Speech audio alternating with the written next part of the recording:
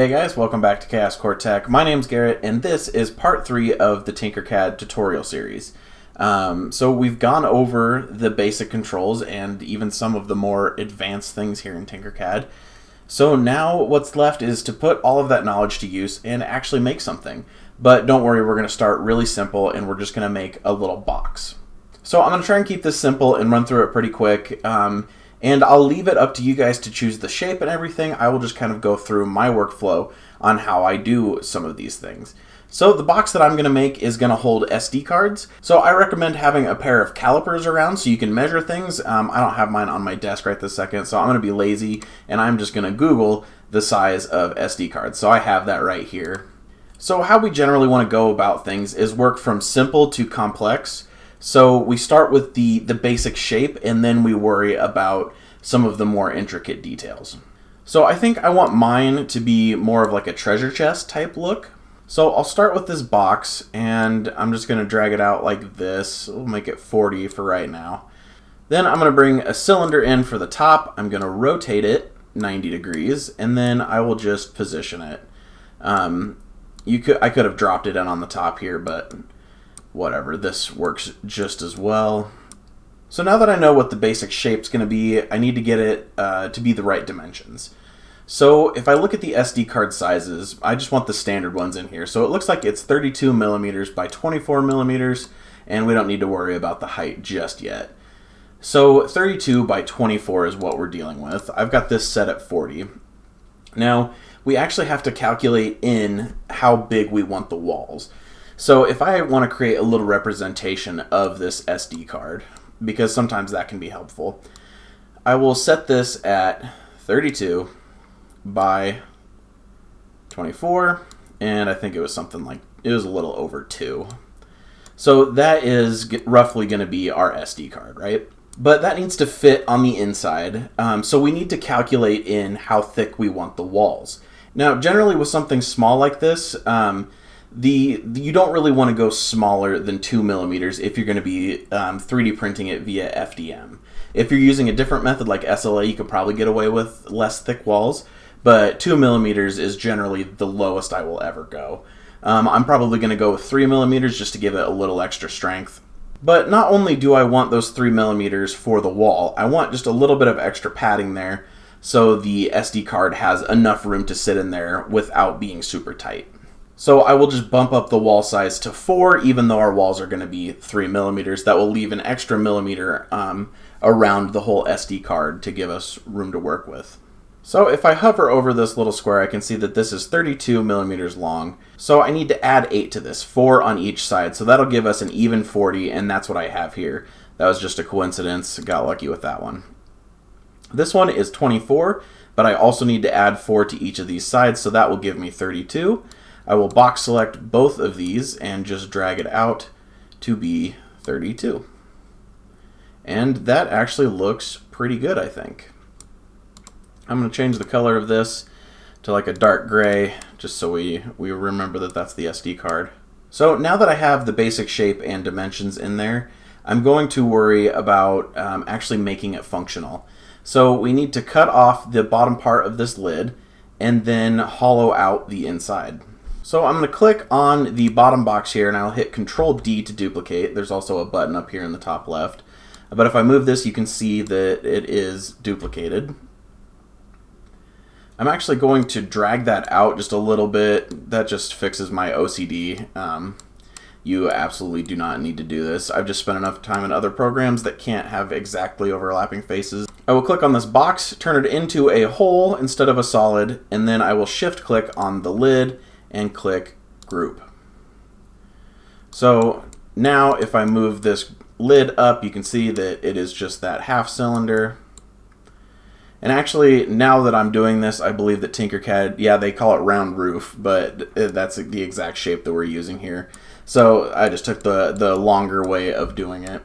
So now I want to work on the bottom part of the box. I don't really want to do anything with the lid, so I'm just going to go ahead and hide that by hitting Control H while it's selected, and then we just don't have to worry about it right this second.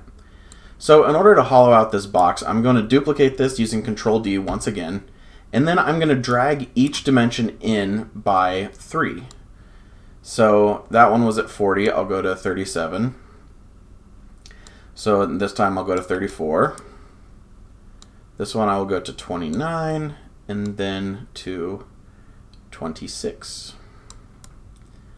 Okay, and then we also have to account for the bottom part of the little chest that we're making. So I'm going to move this up by 3 because that is technically a wall too. So then I'm going to make this a hole by clicking on hole and group these two. And you can see now we have a box, and if I take this SD card, I should be able to move it in here and have some room on each side that it can move around and slide freely. And so if I rotate the camera, you can see that that's true. If I want to view this perfectly, I can click on the orthographic view, and you can see now clearly that there is space on every side if I go directly to the top view. Okay, so now that that is hollowed and we've confirmed that this can fit in there, let's go ahead and bring back the roof by hitting Control-Shift-H or clicking on this little light bulb here. So now we need to make sure that this lid can slot into this box.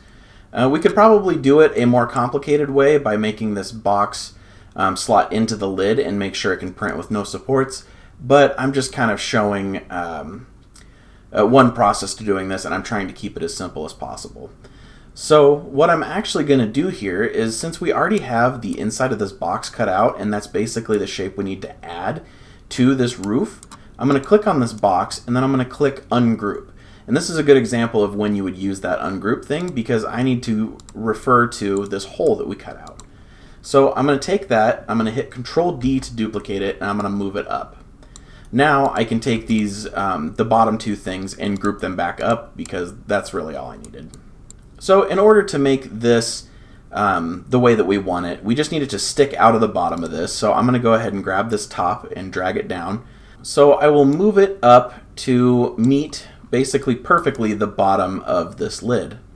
And it does not need to be a hole anymore, so I'm going to convert it back to a solid. So you may think that we're done there, but with 3D printing, measurements are not exact down to the microscopic level. These pieces would not fit together. You would have to do some filing in order to get them to fit. So we just need to give it a little extra bit of room. And this is a very common practice in 3D printing. If you need two parts to slot together, you give them what's called a tolerance. And there are kind of some standards for tolerances out there. And granted, this is printing with FDM and using a 0.4 millimeter nozzle. So generally these will work with other sizes, but this is kind of what it's geared for. If you're not really sure what you have, don't worry about it.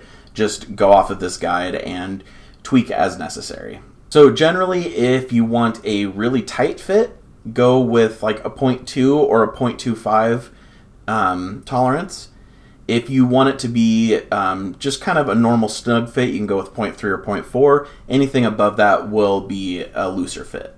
So I am actually going to go with a 0.4 millimeter tolerance, and you will need to change your snap grid down in the bottom. So if I click this, I can go to 0.1 millimeter. If you're going with 0.25, you can click that and be done. 0.5 is also acceptable. I'm just going to go to 0.1. So I'm at 34. If I move in 0.4, it should be 33.6. There we go. And then this will be 33.2. Also something to note, if you're finding it difficult to get precise snaps, it is based on how far your mouse is moving. So if you zoom in, your mouse will have to move farther so you can get more precise control. So if you're zoomed out very far, you'll probably find it difficult to get more precise measurements like this. So if you're having difficulty, zoom your mouse in. This one's at 26, so it will be 25.6. And then 25.2. So now that I have that, I will change this back to 1 millimeter. And you don't have to do this part, I'm just demonstrating. I'm gonna go ahead and hide this. And then if I move this back down into the box, you'll see that there's just a super tiny little gap around the whole thing. And like I said, when you print this, it will be, it should slot in very nicely. As with anything functional that you're gonna be 3D printing, it takes iteration. So you'll have to test print it and try it out. If it's too tight, make it a little bit smaller. If it's too loose, make it a little bit bigger. So the numbers that I gave you are just a baseline, something to start with. But in my experience, they've worked out pretty good. So now I can go ahead and combine these two. Go ahead and group it. And now we actually have a functional chest. Like I said, I'm going to keep it very simple just as to not confuse you guys. In order to see what they will print like, I will just move this over and hit D. It'll drop to the bed. So it will take supports. And like I said, that's not super optimal. We could do it a different way, and maybe I'll do that in a future video if you'd like to see it. But I was just demonstrating a way that you can do this. And as a challenge to you guys, if you want to take this to the next level, add some decoration to the outside of this for one. And then I actually made it so these SD cards would lay down flat inside of here.